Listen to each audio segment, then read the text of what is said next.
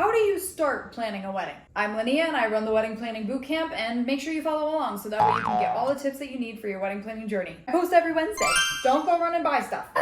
Don't do that just yet. The first thing we're gonna do instead is make a meeting with your partner. An actual meeting. Put it on the calendar. Grab a little coffee, grab a little wine, and you're gonna start talking about this together. What do we want our wedding to look like? What is important to us at our wedding? What do we want our wedding to feel like? Start asking these big questions right away so that way you're both on the same page. If you don't do this, it can be so easy for both individuals to start planning separate ideas. Also, if one person starts learning more information than the other, they're gonna get left behind and this person will be upset. You must join together and work as one. Now, if one person isn't as interested in the wedding planning process as the other, that's fine. In fact, it's perfectly normal for one person to maintain all the daily life and the other person to really go balls to the wall with the wedding planning. But don't skip this step.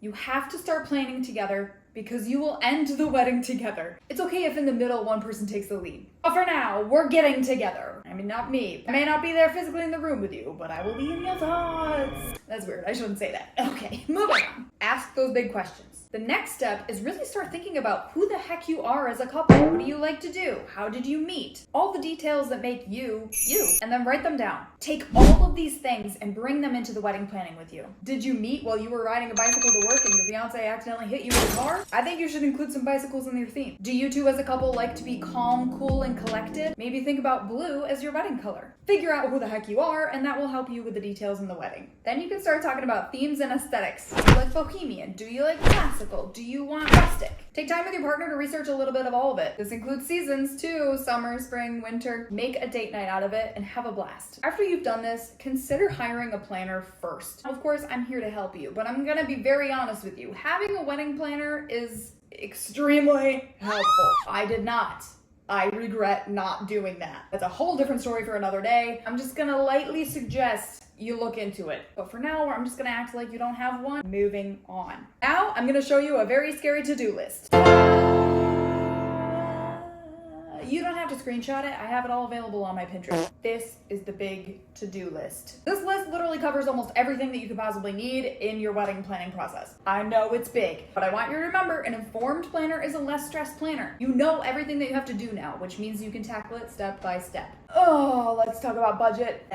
Everyone wants to know what is your budget, but not really anybody helps you figure out how to make that budget. I don't know about you, but I did not know about how much 150 chairs costs to rent before I really needed to do it. So what I'm saying is, don't just throw a number out into the wind. Also, please don't go on Google and research average wedding price. That's just not realistic. Call some people, do some research, and figure out how much things actually cost before you make your budget. After you've done that research, sit down with your partner, your families, and anybody else that's gonna be contributing financially, and say, this is what it looks like. What do we wanna do here? Budget is your priorities put in a little number sign. Whatever is important to you needs to be at the top of the budget list. Side note, use credit cards to your advantage. I'm gonna make a whole separate video on this, but save that for a rainy day. Then you're gonna start planning your venue. What venue do you want? There's so many options. Museum, barn, banquet hall, zoo. There's literally so many. After you've made those decisions, go online. Start Googling your little hearts out and calling all these places to see if you could check out the venue. It is crucial for you to do the venue first. Don't do catering first. Don't do a photographer first. Don't do your music first. Do the venue. Although some venues are just an empty space for you to bring all this stuff, many venues actually include all these other vendors, or they'll give you referrals for these vendors. You don't want to book food and then find a venue that you love, but they only do in-house catering. You're at the venue, this is the questions you ask. Rapid fire! I'm gonna do this really fast, but I do have this all written down on my Pinterest. What dates are available? How many guests are allowed? What is the cost and what's included? Weekdays versus weekend cost differences? How many hours are included? Are there extra fees? What's the deposit and what does it do? Do they have payment plans? Are there changing areas for the bridal party? How many bathrooms are there and is a porta potty needed? Is it indoor or outdoor? Is there a ceremony fee? Do they have a weather backup plan? Will it work for ceremony, cocktail hour, and reception, or do you need multiple venues? Do they do rehearsal dinners and what's the cost for that? What's the cancellation policy? Do they have insurance or do you need any? Do they offer any services like catering, bar, waiting tables?